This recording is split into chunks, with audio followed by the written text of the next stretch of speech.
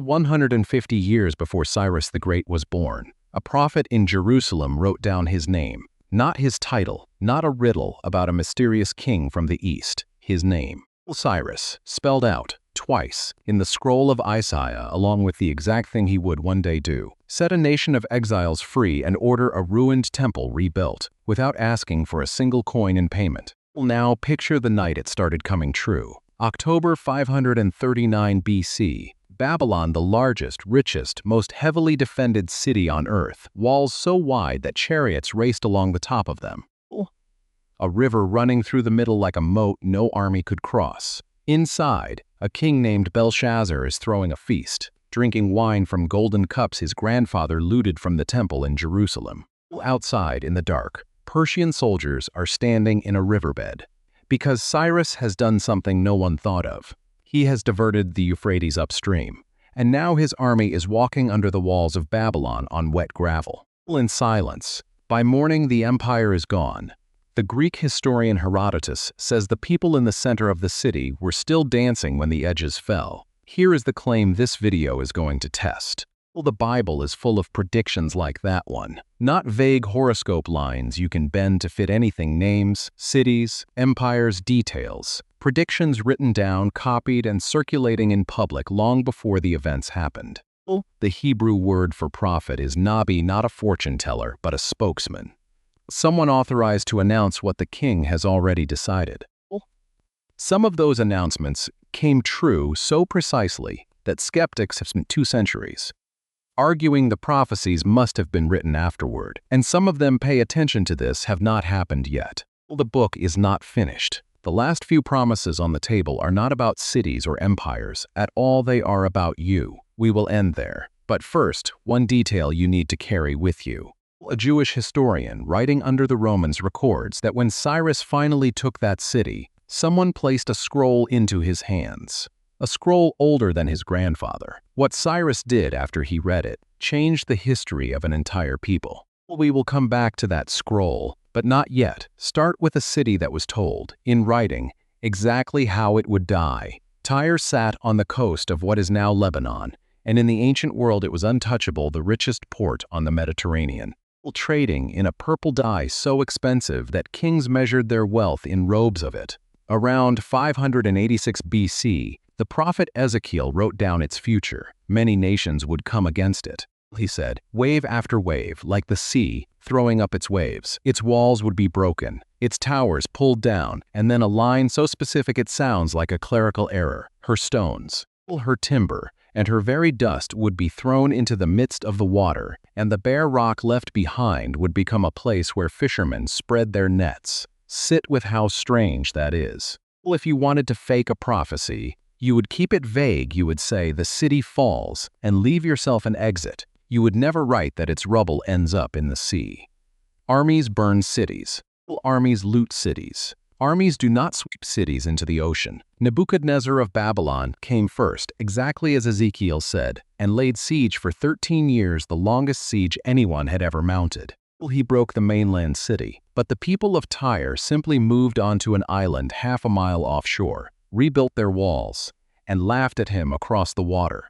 And for more than 250 years, the prophecy just sat there, half fulfilled, looking wrong. Any honest observer would have said Ezekiel overreached. Then, in 332 BC, Alexander the Great arrived 24 years old, undefeated, and unwilling to leave an enemy navy at his back. He had no fleet that could take the island, so he did the thing no general does. He ordered his engineers to pick up the ruins of the old mainland city, the stones, the timber, the rubble, the dust, and hurl them into the sea. Building a causeway half a mile long through open water, his men scraped the old site down to bare rock to feed it. When the causeway touched the island, Tyre fell in a day, and travelers for centuries afterward described fishermen drying their nets on the flat rock where the old city used to stand.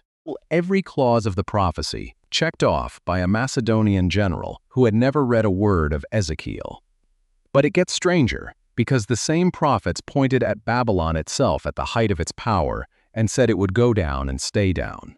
Isaiah, writing while Babylon was still rising, said the jewel of kingdoms would become like Sodom and Gomorrah, never inhabited through all generations, a place where no shepherd rests his flock and no Arab pitches his tent. A haunt for desert creatures and owls. Jeremiah told the exiles to tie his scroll to a stone and throw it in the Euphrates, because that is how Babylon would sink never to rise again. We'll understand what a reckless bet that was. Great river cities do not die. They get conquered, burned, renamed, and rebuilt because the location is too valuable to abandon. Damascus is still there today. Jerusalem is still there, leveled and rebuilt more times than you can count. Babylon had the Euphrates, the richest farmland in Mesopotamia, and walls the Greeks listed among the wonders of the world. Betting on Babylon's permanent extinction was betting against gravity, and yet you can travel to Iraq today and stand in the silence. The mounds are mapped, the streets are excavated. In the 1980s, Saddam Hussein spent millions rebuilding walls on the old foundations, stamping his own name into the bricks like a second Nebuchadnezzar, trying to raise Babylon like a flag. He got a tourist site. Nobody lives there. Even the river moved away. 25 centuries, and the prophecy still holds the ground. Here's what most people miss, though. The boldest prediction from that era was not about a city at all. It was a timeline of world history delivered in a dream and interpreted by a teenage prisoner of war. Daniel was perhaps 15 when Babylonian soldiers marched him out of Jerusalem in chains. Years later, Nebuchadnezzar, the most powerful man alive, woke up, shaking from a dream he refused to describe, and demanded his advisors tell him both the dream and its meaning. Or be torn limb from limb, Daniel told him. A colossal statue, a head of gold, a chest of silver, a belly of bronze, legs of iron. 4 empires in order, each one toppling the last. The gold, Daniel said to the king's face, is you, Babylon, after you an inferior kingdom. And Medo-Persia came under Cyrus, the man Isaiah had already named. Then bronze, a kingdom that would rule the whole earth.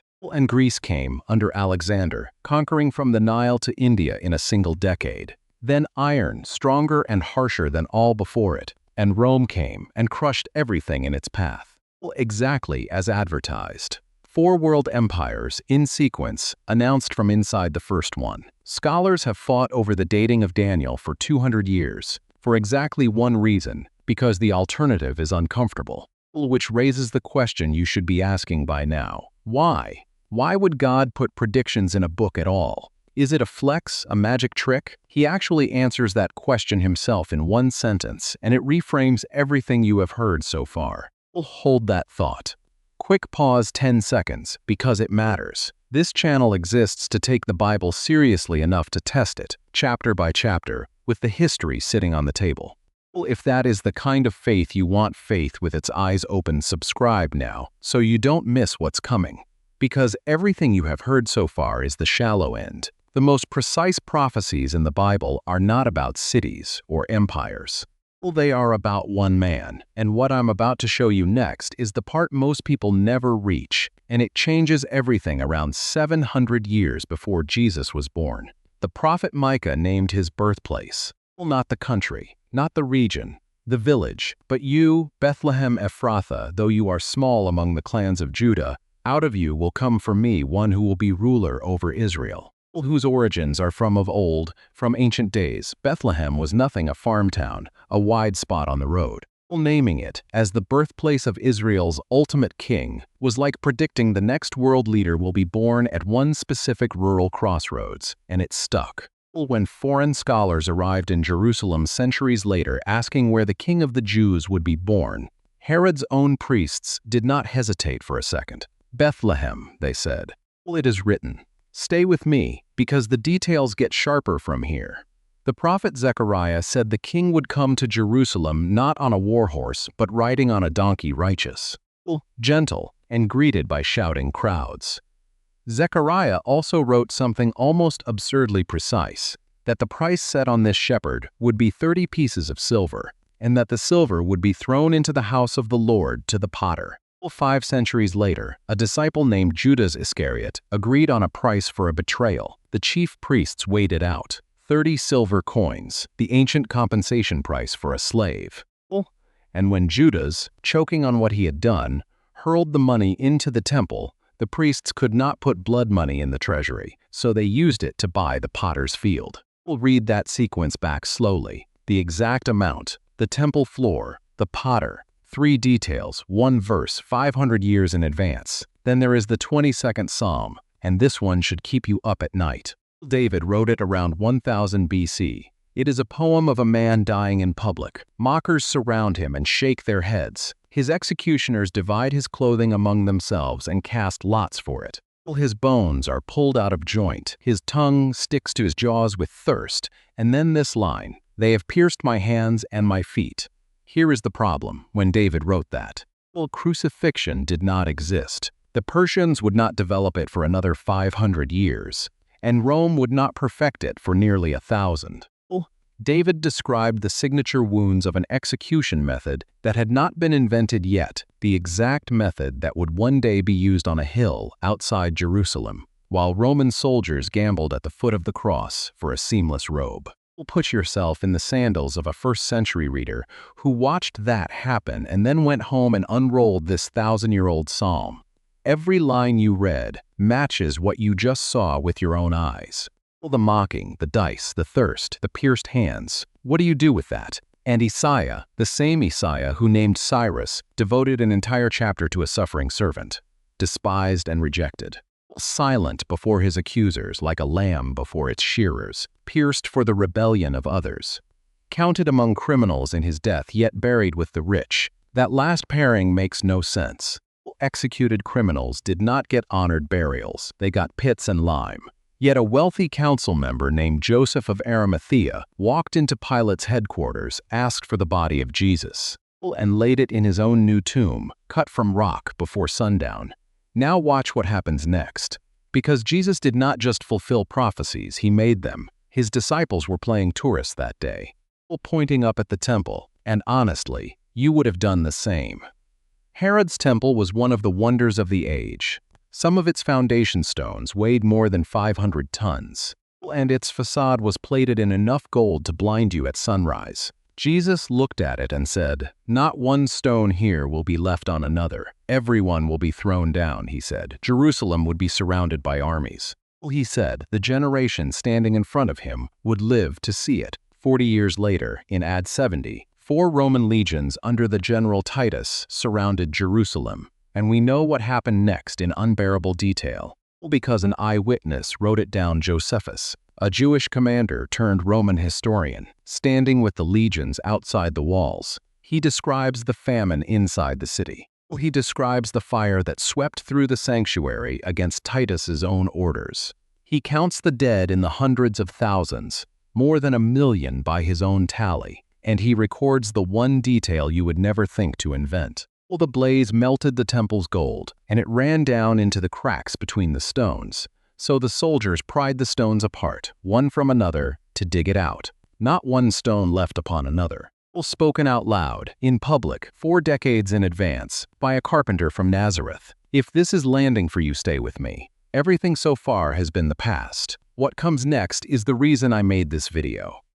Remember the scroll? Josephus tells the story in his Antiquities of the Jews. When Cyrus took Babylon, he was shown the prophecies of Isaiah written, Josephus notes, more than a century before, in which God calls Cyrus by name, calls him my shepherd, and declares that he will order Jerusalem and the temple rebuilt. And Josephus records the king's reaction.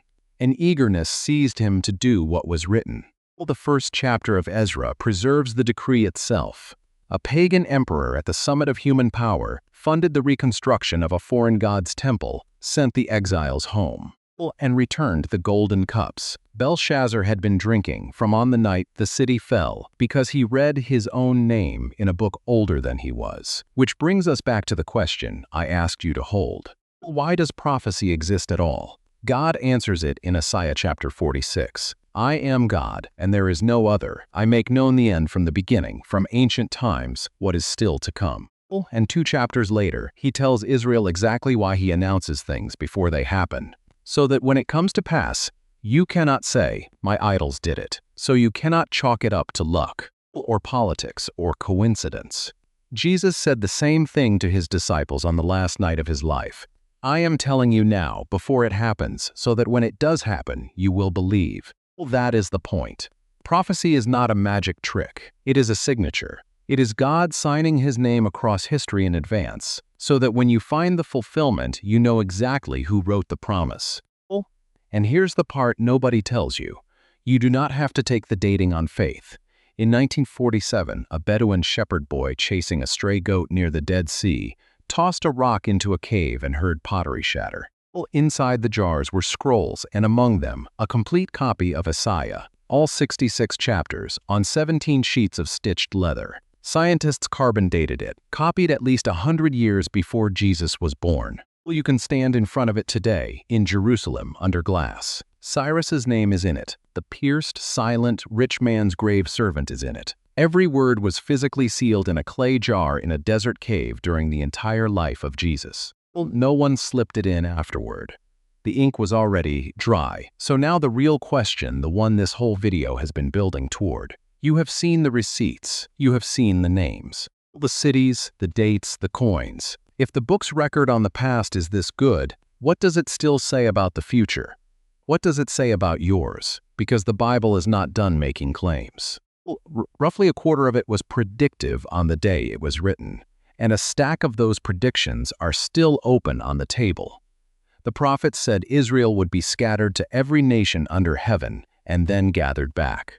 After 19 centuries of exile, a nation reappeared on the map in 1948.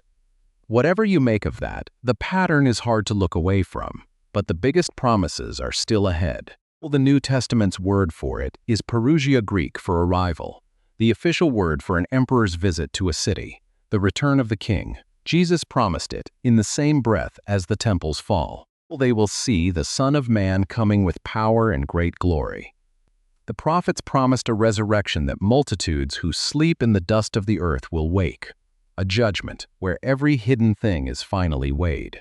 And then the ending one last prophet was shown, because there was one more. An old man, the last survivor of the 12, exiled to a bare volcanic island called Patmos and left there to die of old age and irrelevance. And on that rock, on the Lord's day, he heard a voice behind him like a trumpet and turned, and fell on his face as though dead. What John was shown became the final book of the Bible, and its last pages are not about beasts or battles. They are about you, a new heaven and a new earth, God himself, wiping every tear from every eye. Think about what that means for a moment. The tears you cried at a graveside, the tears you cried in a hospital hallway, or in your car in a parking lot where no one could see you, the ones you never let anyone see at all. Wiped away not by time, not by therapy, but by a hand. No more death, no more mourning, no more crying or pain, because the old order of things has passed away, and the voice from the throne tells John exactly why you can bank on it. Write this down, for these words are trustworthy and true. Trustworthy says the book that named Cyrus before his birth, buried Tyre in the sea, emptied Babylon for good, picked out Bethlehem, priced the betrayal to the coin, described the cross centuries before its invention, and counted the temple stones down to 0. That book says your grief has an expiration date. So here is what you walk away with. 3 things. 1. The Bible's predictions are testable, and they have been tested. Named names before birth, named villages before they mattered. Described an execution before its invention, called the fall of empires from inside them. None of this hides in church basements. It sits in the public record, Herodotus, Josephus. The bare rock of Tyre, the silence of Babylon, a scroll under glass in Jerusalem. 2. Prophecy was never designed to impress you. It was designed to earn your trust. God says it in plain words. I tell you before it happens, so that when it happens, you will believe. Every fulfilled prophecy is a receipt proof that when this God makes a promise, he keeps it on schedule. Down to the last detail. And 3, the one I need you to actually hear. The promises still outstanding are the best ones. Not Tyre, not Babylon. You, the same voice that called Cyrus by name a century and a half early, knows yours, and it has promised. In writing, a morning when death itself is dead, and every tear you have ever cried gets wiped away by hand. The book has never missed, not once, and it is not finished. So tell me, which fulfilled prophecy in this video stopped you cold? Cyrus's name in the scroll, the 30 pieces of silver, Psalm 22. Drop it in the comments. I read every one, and if this deepened your trust in the book even 1 degree, share it with someone who is waiting on a promise. The future has already been written. The only question left is whether it will surprise you.